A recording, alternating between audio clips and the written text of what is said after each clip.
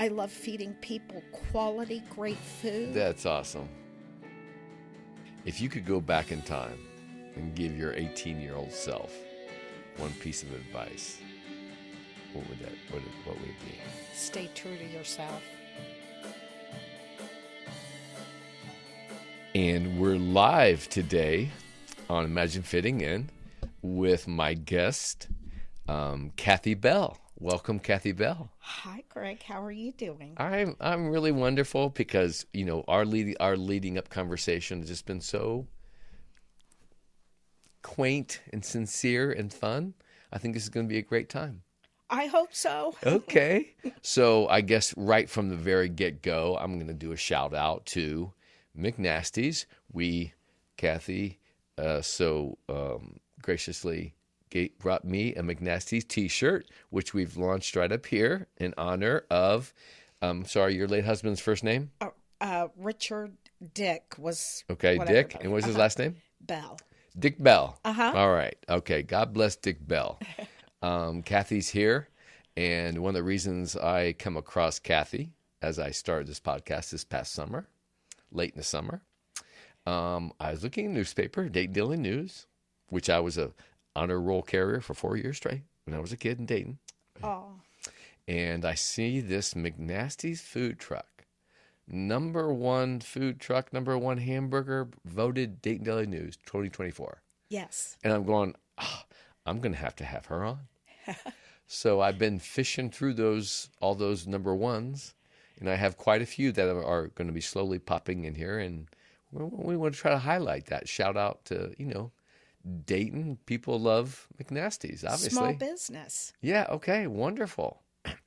And so, Cathy, usually I just basically start I ask you about you. Where were you born? Where you call home today? And, what was your growing up like, and your parents, what was your world like?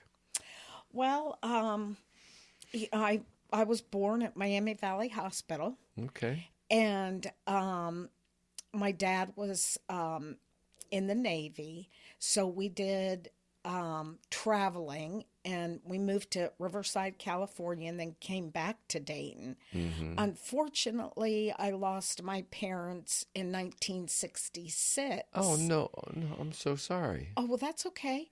In an automobile accident. So I didn't lose one, I lost two. Oh, God bless. Oh, my gosh, 66. You remember 66.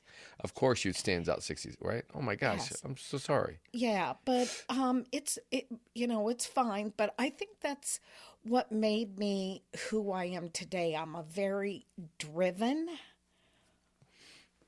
person.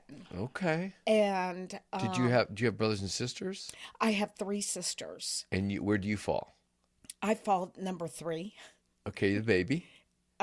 No, my younger sister in Phoenix, Susan, is the baby. Oh, okay. So you're one of 4 or one of 3? Well, I'm one of 4. I have 3 sisters. Oh, got you. Yeah. And so you have 2 older sisters, you, and then your younger sister. Right. Okay. Right.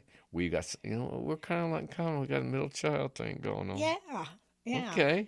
And so how old were you in 66, dear, when your parents? I was 10 years old. I'm so sorry.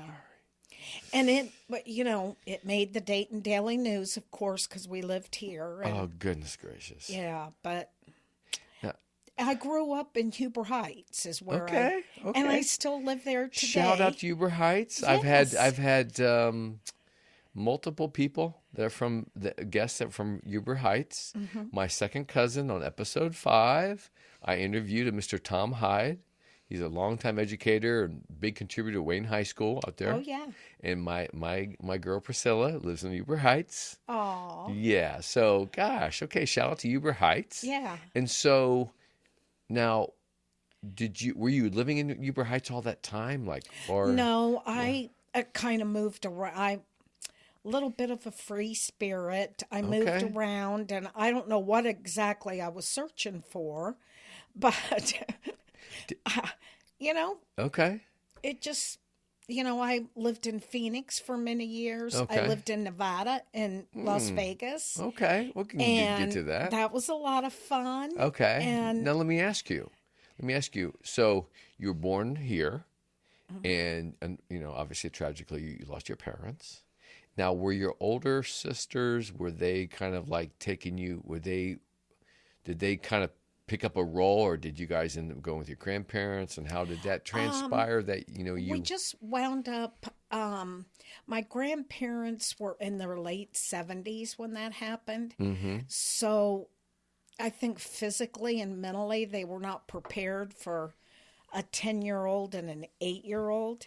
Oh, of course. So, and my older sister Vicky was 18 and Cindy was 16. Right. So they could kind of go off on their own. Right. But, It was we lived with my aunt and uncle, my dad's youngest brother. okay.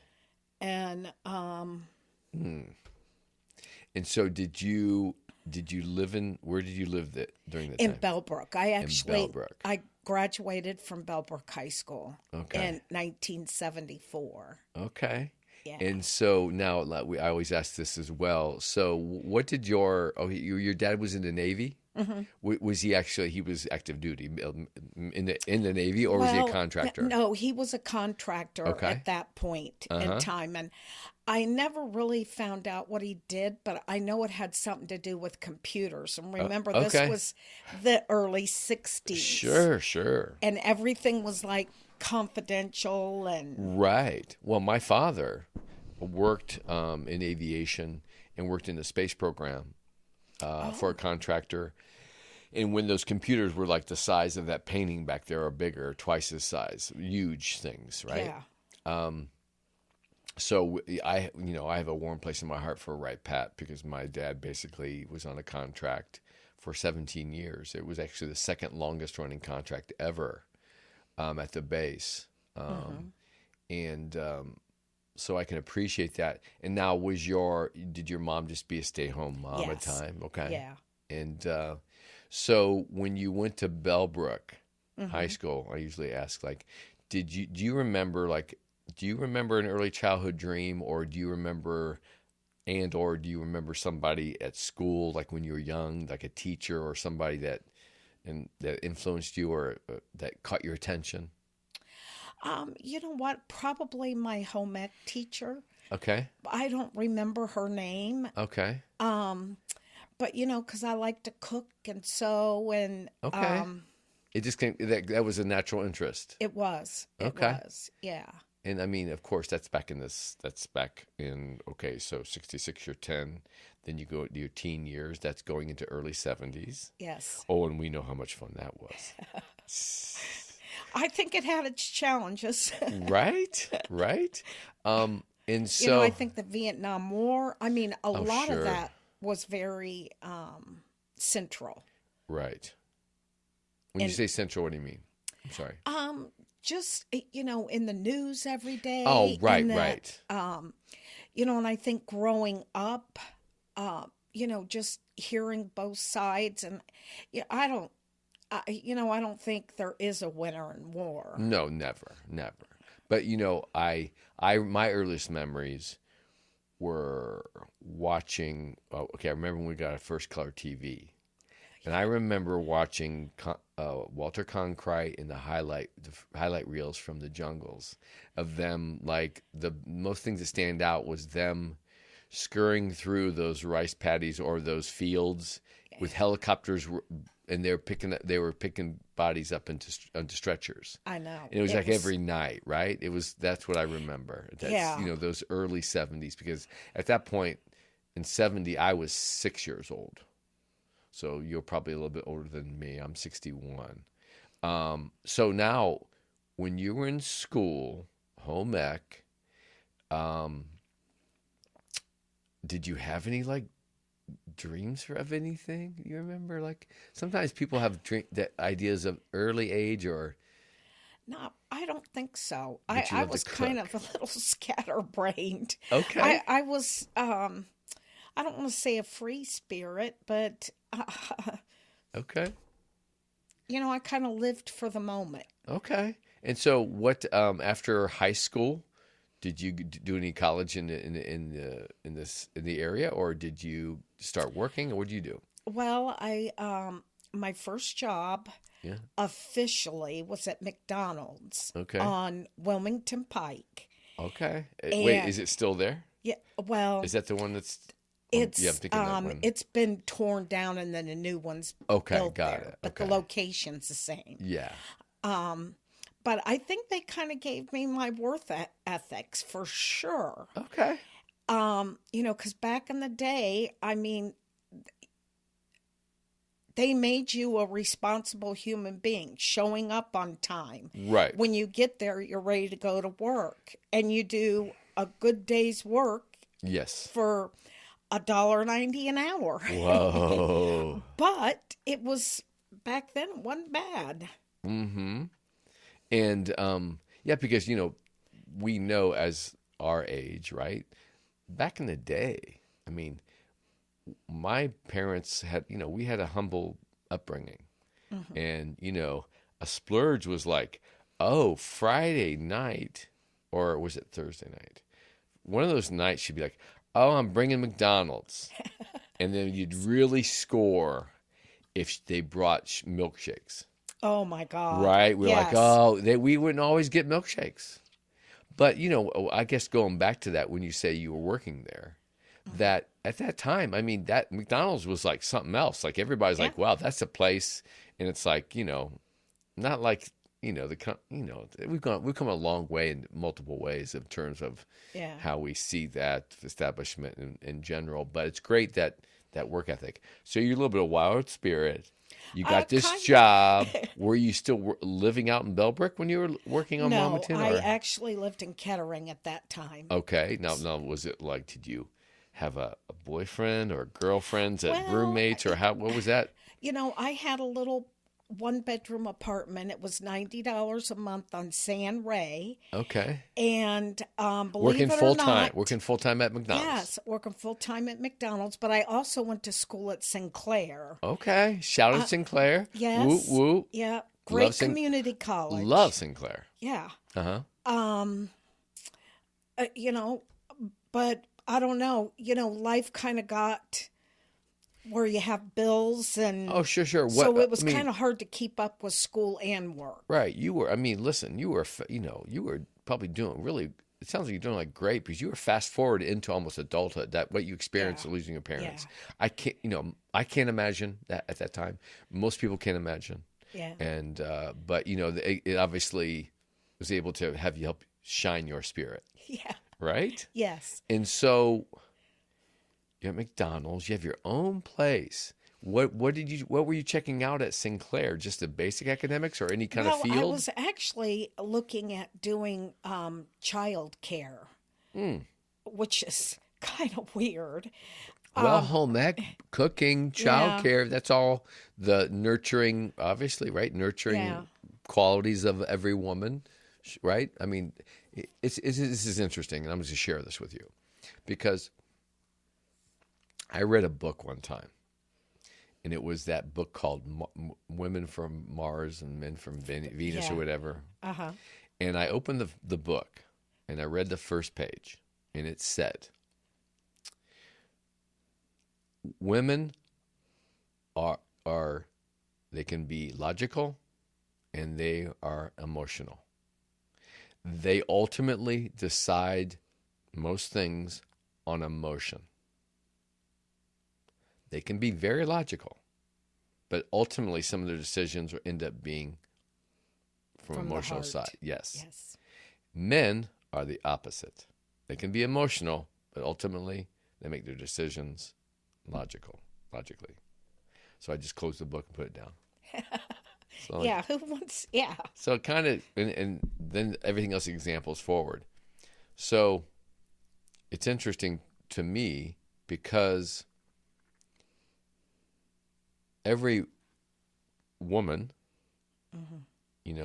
has that nurturing side to her. And some women are great at being mothers. Some don't want to be mothers. Some just live and breathe for it. But the idea that you're obviously a very nurturing person, because obviously home ec attracted you, child care, Yeah. and you have to have patience and really care for, right, those around you. Yes. Did you end up being like a manager at McDonald's, or like how far did you go with that? Well, I only went as far as I was like a breakfast coordinator. So I Okay. would get the store open in the morning. And it Okay. was like when they first started off, it sounds really corny, but when they first started off with breakfast. Okay. All right. Well, you know what?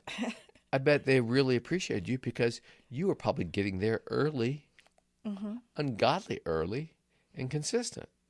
And even these days, that's It's a big deal. right? Just consistency. Yes. It's crazy in terms of like that work ethic, and obviously you have a strong work ethic. You wouldn't be sitting here in front of me, having with your experiences with your late husband and all your adventures, and being in the public eye. So, did you have any? Was there any? I mean, losing your parents is obviously a very significant life-changing experience. Very pivotal. Yeah. Did you have any other experiences like when? Because I want to get up to when you met Dick and your life began with him. But was there any other kinds of experiences prior to Dick that kind of steered you any direction, or? I don't think so. I think nothing that stands out but And so you were going for kids. You're working at McDonald's. What happens? I moved to Phoenix in 1978. We had that big snowstorm. I don't know if you remember that or not. I believe so. The And- blizzard of Yes, whatever? the blizzard in 1978.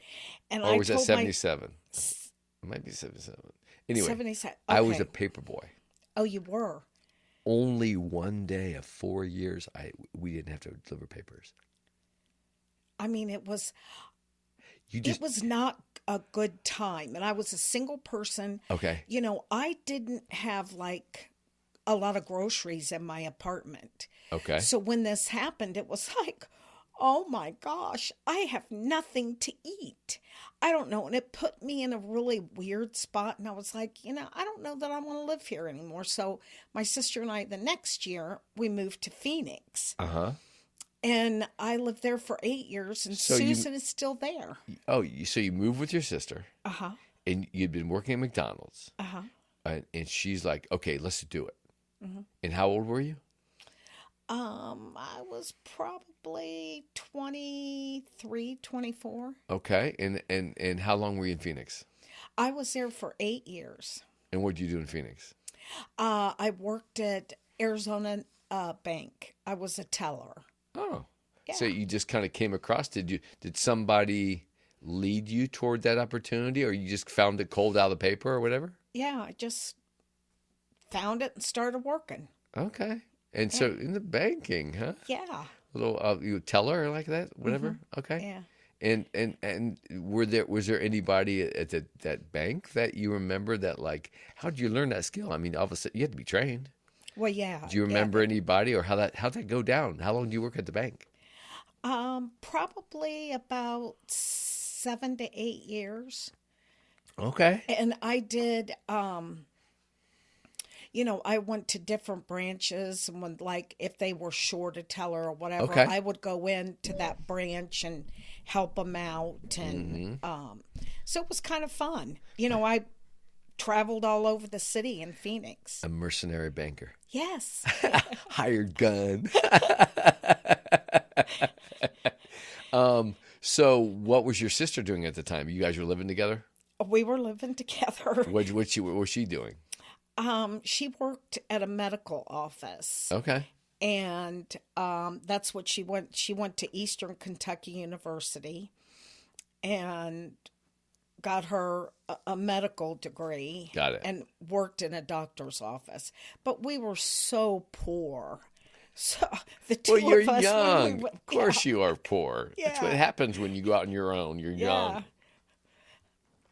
How did you find, okay, so what you immediately got which of course is like, I'm tired of these winters. Immediately you got hot, warm, hot weather. Yes. And so what do you think it like culturally compared to Dayton and how that work out?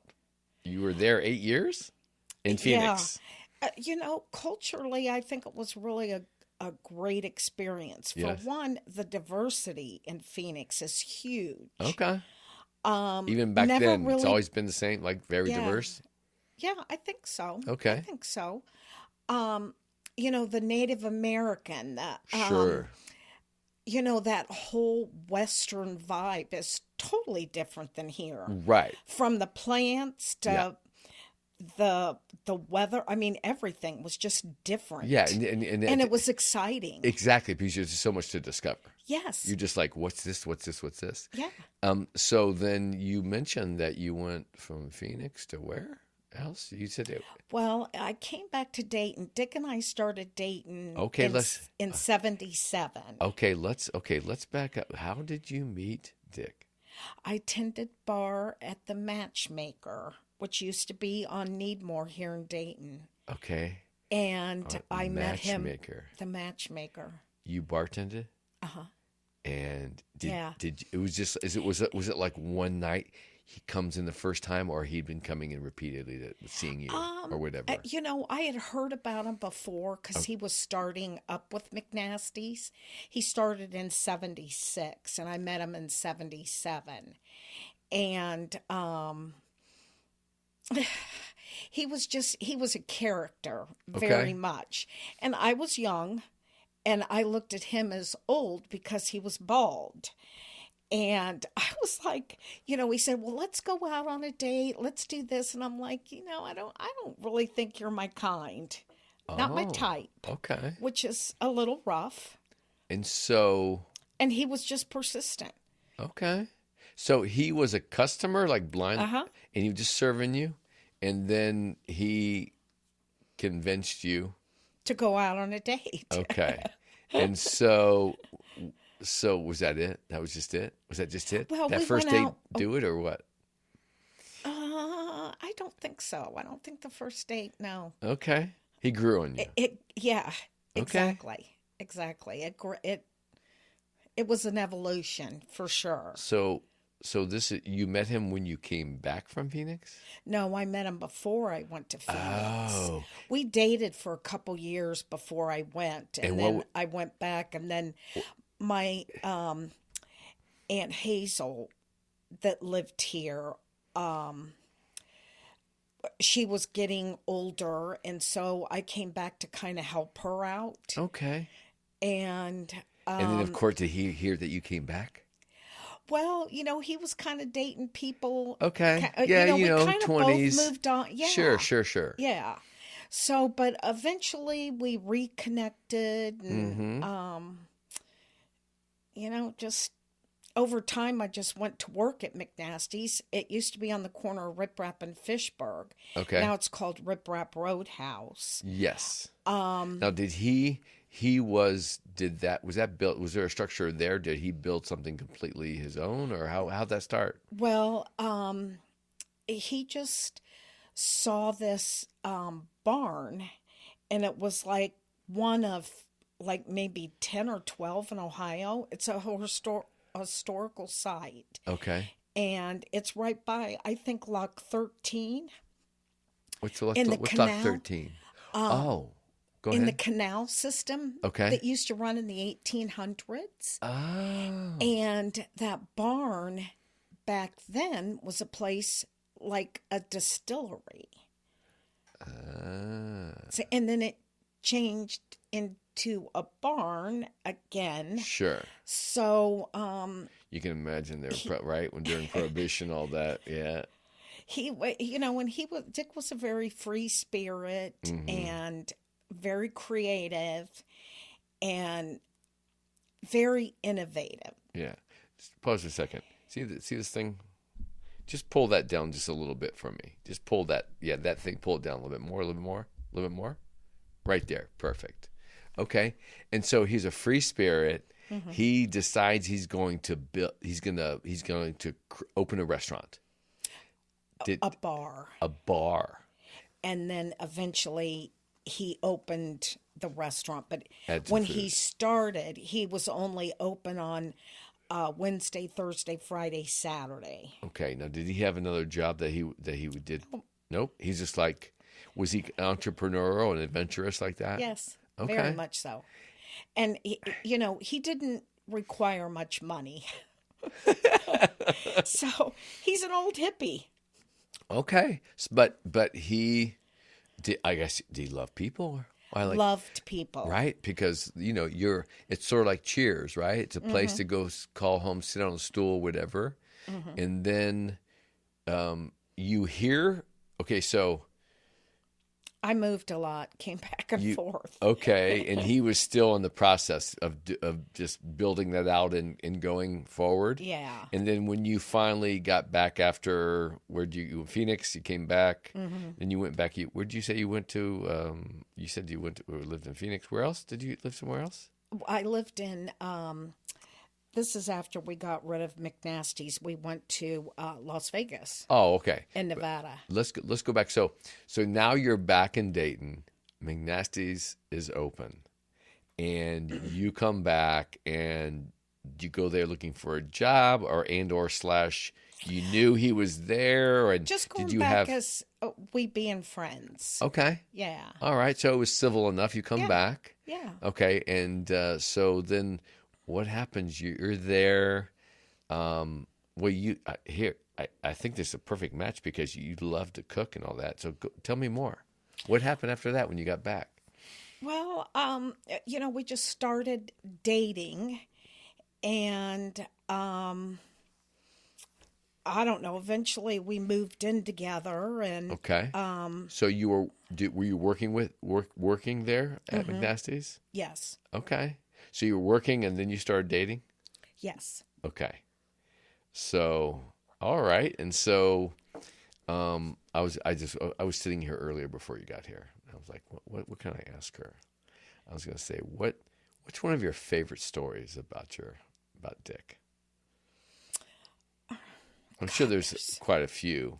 There But is. is there any one that like highlights him as a person and your relationship? And I don't mean to get too personal, but it's anything that you want to, because in his memory, obviously, the McNasty's name is carrying on. And Right. He was such a free spirit, and every day, I mean, he just made you laugh. He was caring about people. he was alive. Yeah. And I mean, he did so many awesome things. I mean, I don't know that I could pin it on one thing. But he was a caring person. Mm-hmm.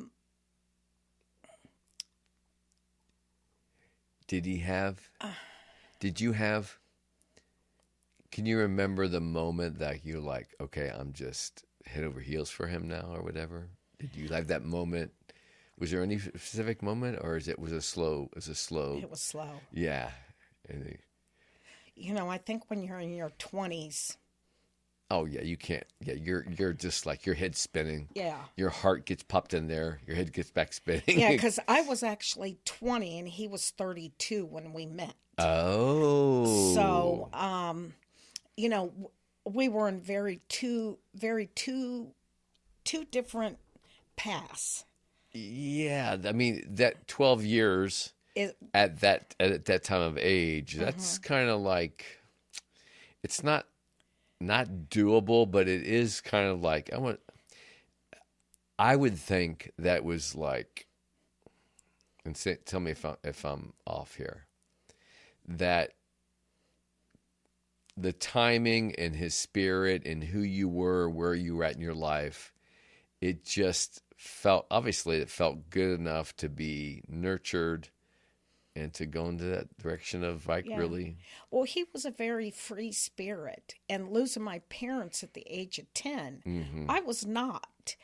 I was very structured, Because you found probably comfort in that structure that you yeah. Right. And he was everything that I was not. So that polarity, Yeah. that opposites attract. Yeah. Okay. Yeah, exactly. And he would say things and I thought, "Oh my goodness, I would never say that. I would never do that. I would never."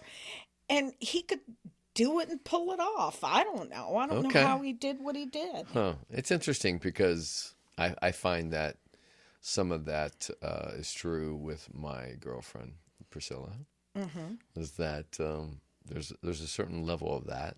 Yeah. And, we each bring to each other some stuff that we don't have at all. And then there's enough commonality of mutual, from morals to understanding to patience and, whatever. So it's the affairs of the heart are interesting, aren't they? Yeah. And he's been gone now for 4 years and 4 months. And it's so much easier, or at least it was for me, to do things as a couple than to do it as a single person. And especially with the food truck now, it's challenging. I was going to say. You do everything on your own. Right. At least you had somebody else to bounce it off that you were. Now, okay, what do you believe are the 3 most top important things about running just a food establishment and or this truck? Bus. The bus. Yeah. I love it. Let's get on the bus. Yeah. I have a Bluebird bus. Her name's Lucy. Okay. And nice. And she's my girl. Okay. And she's always, she did mammograms at Ohio State University. Oh, goodness. Ohio State had her first. So you refurbished her and turned her from the health wagon to the nurturing wagon. Nurturing wagon. There you go. Some great. Okay. And so who was that? We have to give a shout out. Okay. Because I did see, I think even 3 people that are on your truck. What are their names? We have to give them a shout out. The first one is when you come up to the window. It's Barb Turner. Barb Turner. Shout out to Barb Turner. Yeah, and she's been my friend for many years. And then BJ worked the grill, so he does all the hot and heavy lifting. Shout out to BJ. Yeah, and then did I see one more guy? You know what? Yeah, when you came. Oh, this was at Eastwood? Yeah, that was at Eastwood. I had Dan maybe working the grill that day, and I can't remember. I had one other person helping. I don't know. That was so yesterday. Right. And so when you were at McNasty's with Dick, was it a combo of overseeing all the managerial operations, or did he do one aspect of it? You guys were a team with everything. Well, he drank more than he worked. He's a Miller Lite drinker. Okay. And but he kept the people coming in with stories and entertainment. He's part of the entertainment. Was he part of the entertainment? Part of the attraction? Yeah, but we also had live music. We did a lot of special events. A events? lot of creative things there. We had a softball diamond. We had sand volleyball. We had horseshoes. So place back to come. in the late 80s, it was a place to come and you could get a beer and you could play ball. Right. And hang out and get create a sandwich. A little community. Yeah. That's smart. Yeah. Because, these are little, what we know as the modern day malls or whatever you want to call them. But that's great, community oriented. And so I was going to ask you, what do you think stands out? So did you just get through? I mean, you had a lot of obvious experience, McDonald's, food service. All of a sudden you're at the bank, you're asking questions, you have to meet people cold and you're whatever. And then now you're back and you got your man and you're together and you're operating the restaurant. And what, Did you just learn from just hitting the rubber on the road? I, Both of you yeah, guys? I did. It was trial and error for sure. Mm-hmm. But when I went to Vegas, I went to school to become an interior designer. And I've always had like a sense of, as far as placement and energy in a room. Mm, And so I think that's helped a lot on the food truck because you've got to stay so organized. right. And so, to where you know what you have, what you need, because I'm not a restaurant now. They don't come to me to deliver. I go to them and pick up. Right. Totally different. So, I mean, both of them, the restaurant definitely helped me prepare for the food truck. Right. And are they're just different kinds, the same challenges, but different degrees of the challenges, I or would say a lot of new there's some challenges? crossover, Yep. but uh, you know, really kind of different too. So, okay, so what would you say were the three common things that like are just ongoing for the food truck and or brick and mortar? Well, for one, just to make sure that you always have some place to go. So you've got to schedule the events, know what you're doing. Some of them you have applications to fill out, All you have right. money to pay. Yes. There's certain things that you have to prepare for just for the event. And, procuring the food, Right. making the food. And, my burgers, I didn't get second place in my burger from a frozen patty. I do fresh, it's ground for McNasty's. Yes. And we smash them out on the grill, and they're just a good old fashioned burger. Yeah. So, there's challenges to everything. Right. So how would you describe your approach to, like, when you're dealing with professional relationships? Everybody from, vendors to your employees, and then they come across to, like, customers. Yeah. Because, basically we know that if somebody says, I used to live in Los Angeles, right? Mm-hmm. And they would say, are you an actor? I go, I was working as a fitness trainer. And all these fitness trainers had these part-time fitness trainer jobs. And they're all there wanting to be an actor. They're either doing that or waiting tables, right? Right. And they come up to me when I first get there. And they're like, are you an actor? I go, what? Don't I know my lines? Yeah. Because I'm sitting here as a fitness trainer. They're asking me if I'm an actor. Aren't we acting every day? Every day. Every day. Right? And Yeah. so developing relationships is about, right, exchange of communication. And to a certain degree, we try to put on our best light. If you're a civil human being, you want to be successful. It's all about relationships, right? All about relationships. What have you found that is key for, working with vendors, employees, customers? Well, I think you have to just respect people and treat them with dignity and make them feel of value. Yeah, right. What role they have. Yeah. Yeah. I mean, not everybody's going to be a rocket scientist, but you know what? We have to have all levels of people. Right. And it's obviously it's mutual. Yeah. If they can understand and appreciate what you're giving them with all that, then they should be able to give you a return. Yeah. And then there's that mutual exchange, and it works out. Like, yeah, I actually like to be here, and it's fun working with you, Cathy. Yeah. I'm sure that's the scenario.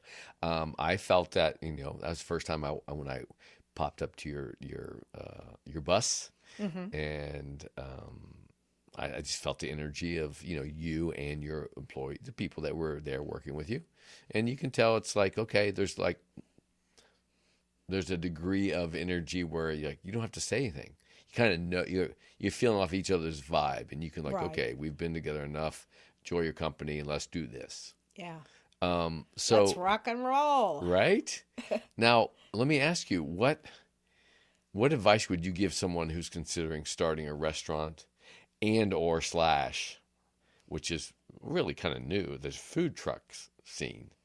Like, is it totally two different animals, you think? I do think it's two completely different animals. Now we're still governed by, the health department, but your challenges on both are totally different.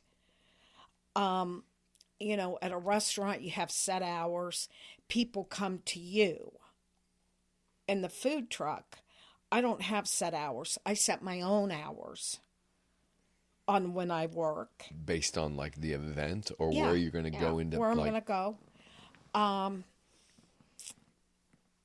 And but I pull up. I'm there. I'm on six wheels. I come to you. do you when you have these opportunities or you're submitting like oh, we're doing this event, we want people to, food trucks to submit what their offer, blah blah blah. Do they give you a strong indication of how many people are going to be there at the event, et cetera, whatever, what the scenario is going to be, and how would you even ever try to plan for all that? It's experience, totally, and you only have so much refrigeration, Right. and I stuff it full. When I start off at a big event, I don't come there to sell a little bit. I come to sell a lot of it. So, okay, so you're logistics And and all your ingredients and your Yes. storage and your keep, all right, while you're preparing, Right. right? And I've done it for 15 years now. The food truck. Yes. Okay, so I'm one of the goodness. longest running food trucks in Dayton. Really? Yeah. I mean, Wow.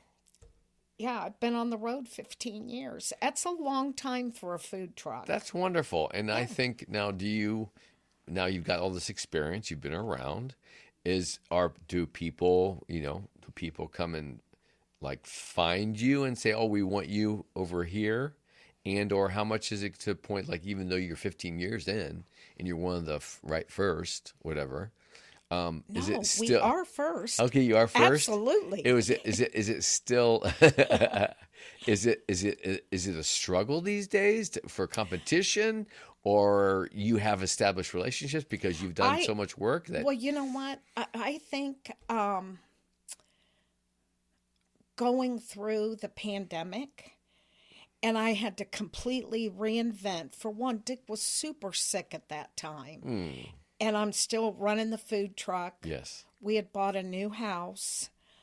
And,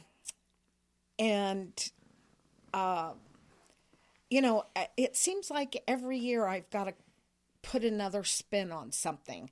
So when everything shut down, I had nowhere to go. So I started doing the neighborhoods, and that became my business. right, Going to the neighborhoods, and people got tired of cooking at home. right. Thank God. There you go. So Yeah. we look for opportunities. Yeah. And I do a lot of corporate companies, Okay. picnics, employee appreciations, and that just has come over time. Right. And it's something I've cultivated and I've built. Nice. Well, good for you. Yeah, Yeah, yeah. that's awesome. And again, it's, creating relationships and Right. friendships. And I love people. I love feeding people. I love feeding people quality, great food, That's awesome. hot and fresh. Yeah, that's great. Yeah. Wonderful. So here's a question for you. If you could go back in time and give your 18-year-old self one piece of advice, what would it be? Stay true to yourself. That's a good one. And it's interesting because That covers everything. true to yourself and like that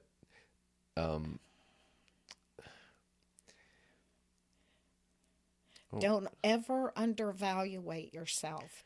Everybody has worth. Right. Everybody does. I think that's a really great, what I call nugget for this Yeah. podcast. Okay. Yeah. Is that, and I think that's it's a wonderful. So thank you for that. That why I paused just a second ago is because at 18 years old, right? Mm-hmm.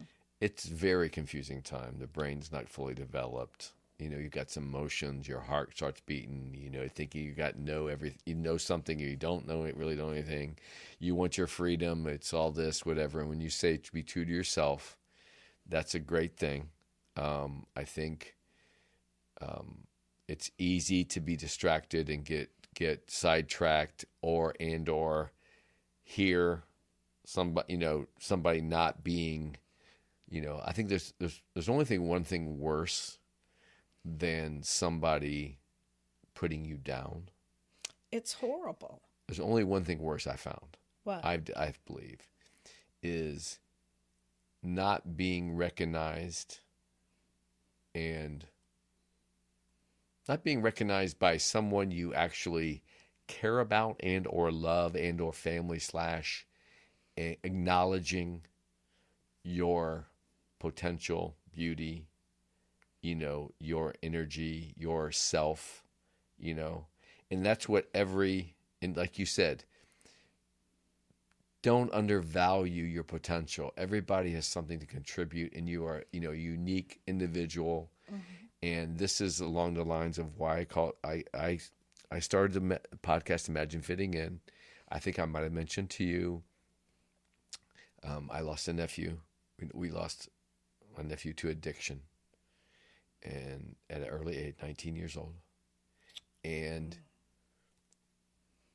when we have these kinds of conversations about journeys and struggles and experiences and fortitude and keeping your chin up, right? Learning to be able to take it on the chin. And it's hard. Yeah. In these conversations, I'm hoping to get nuggets of where if somebody happens to hear the podcast. You just got to know your value. You got to know what you're worth. And believe, all of us right? are worth so much. Everything. We're priceless. Exactly. We're priceless. The potential contribution. Right. And to, wow. You can see, I'm sure it happens with food. I know, because when I eat, I know I feel good. Everybody feels good when they taste something good. And I can imagine like the vibe that you probably feel just seeing people enjoying your food and having a happy tummy. And no matter how you feel, I'll look out at an event and I know my boxes that I put my food in. Yes. So I'll see a group of people and, there's different boxes. Yes. They're all not my boxes. Yes. And I'll watch them interact with their different boxes. Yes. It's kind of cool. Okay. It's kind of cool. I would relate it to as well that all this artwork you see around, my essence, I'm an artist. My passion has been fitness for quite a while. Mm-hmm. And that's what helped give me the confidence and strength to be who I am and to kind of be, to know that I've got something to contribute. And I'm, like you said, everybody's special. Yeah. What can you, contribute? And when you said seeing people, right? Yeah. Just kind of enjoying your stuff. So I'm going to be doing sometime here soon. I'm trying to do a show of my work. And I get the biggest joy just to stand around and watch people be enlightened or entertained or appreciate and be attracted to a piece of my work. Because when when every single piece here, I just love, what I love the fact? I love the fact that there is nothing that exists anything like my pieces of work. They're originals, just like every one of us are. Mm-hmm. And I believe that's a great message to invoke and share and have people realize, pass that forward, that we're unique and there's no one like you. Right. And I'm hoping that this podcast as it shares amongst friends and wanting to learn more about Dayton and people that are highlighted with careers, and to understand like life's rough, life's tough. It's not fair, right? But to be on that track that is you, it's priceless. To be a part of something way bigger than what you are. Mm-hmm. And Dayton, has a very colorful background. Yes. Very colorful, with aviation, Yep. just there's so many. I believe there's more patents and inventions come out of here than anywhere in the world. Yeah. In the world. And Dayton was always known, as I was in advertising, it was a place where it was a really mixed demographic of where they would always introduce new products. Mm-hmm. And if it went over in Dayton, it would be a success. They would launch it. It was like a test market. Yeah. But I agree. When I was young, I, like every other person, I know this place. I think I know this place. I need another adventure. Mm-hmm. And my late sister was a big factor in help. I helped her move to Chicago back in the day, way back in the early 80s. And she helped me. Mm-hmm. And I was looking for something more. And boy, did I experience more over 34 years. And it was a struggle, scary. I was 21. My brain's not formed. I'm going out living on my own in Chicago. This is crazy. But it was so exciting. And it's almost like you're going out and trying to cut your own path. Yeah. And those are where that... And it's funny, the doors that open for you. Exactly. Believe me, I've done so many things in my life. And, I don't regret one thing. I've had so many experiences that form me as a person. Fortunately, I found that when I was about 21, I started exercising, working out 18. I became a professional at 28 years old. Here I am at 61. I completely love what I do. I help people do a lot of pain management these days. I try to excite them about their body temple and trying to keep it together. So it's a huge passion. I've used all my creative energies as an artist and a communicator, mm-hmm. and through my public speaking and through my different mediums. I play the drums. I like to sing. I paint. Photography forever. So I'm a creative guy, energetic guy, and I've had so many adventures and experiences, projects that some just didn't go anywhere. Some were super exciting to work on, didn't go anywhere. Some that were super exciting that went somewhere, that did Peter, whatever. But it's just the grand adventure, as you say, right? Mm-hmm. So, when you and Dick, do you remember any kind of special celebrations or moments of you guys in the business, at the restaurant?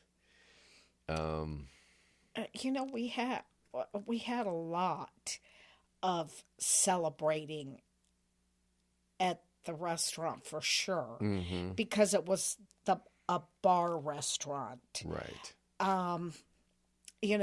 Dick, his birthday, June 3rd, 1943. And when it was his birthday, it was birthday day, birthday before, birthday after, birthday month. He celebrated the whole month. Okay.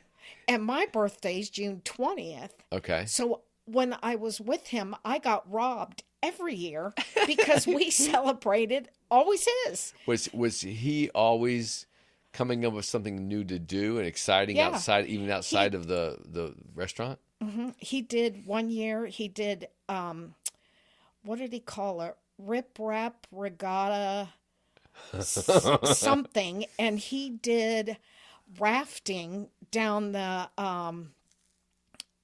Great Miami River, and had all of his friends with him. They did a keg of beer on Yes. And for his birthday party. One year he had a plane fly over with a banner and it said "Happy Birthday, Big Dick." I mean, he did every year for his birthday. Oh It was my crazy. goodness, my goodness. He called it a national holiday. Yeah, that's so, I can tell that you were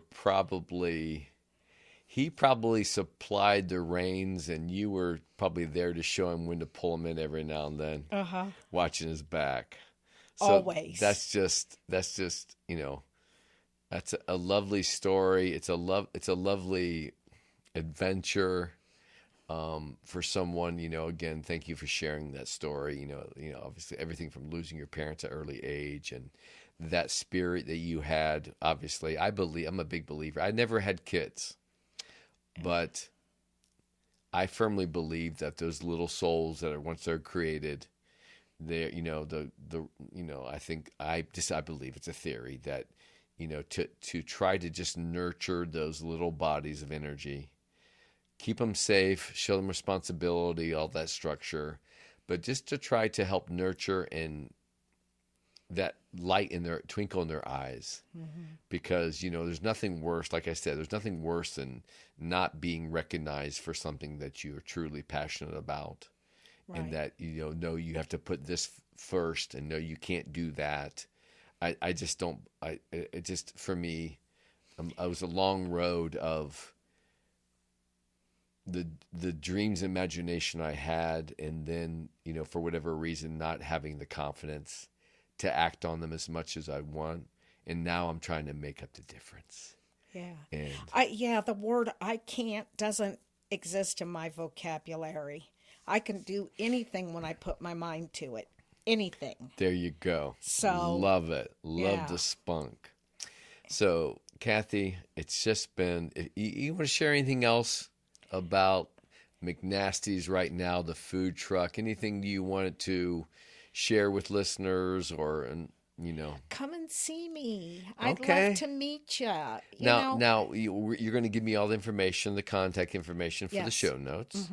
And, do you have like a Facebook page? Do you have Instagram we have a type Facebook stuff? page, Okay. McNasty's. Okay. We have an Instagram page, McNasty Mobile. Okay. Nice. And I have a cell phone. Okay, there you go. You're real 21st century. Oh, totally. So totally. if we follow you on Facebook, we could probably get a heads up on like, oh, there's an event. Yeah. Not only we can go get a burger, but there's an event that we might want to check out that McNasty's is at. Yeah. That sounds now, fun. Being that it's November, I'm very much winding down because Right. I do. Seasonal kind of a Yeah, little bit. it Yep. is. I don't. You need to take a break, dear. Yeah, Vacation. Yeah. Okay. Yeah. I start back up though in March, Okay. and I'll be raring to go. Okay. Well, great. Yeah. All right. So again, Cathy, thank you so much. Thank you, Greg, for having me. I know, shout out to Dick. God bless him. God, yes, very much so. And, carry on, dear. Carry on. Those your crew, your current crew right now, you got a nice little family, so keep raging on. do. All the best in the world. I'm 69 years old. Nothing's going to stop me. All right. Well, we'll see you around town. Okay. And Sounds good. everybody be sure to keep an eye out for her. She's definitely a force to be reckoned with. And thank you so much for those encouraging words and sharing your story, because I know there's quite a few nuggets there. And so thank you so much for spending time with us. Thank you for having me. All right. Okay. All right, kids. That's it. Till next time, kids. Bye-bye. Professor.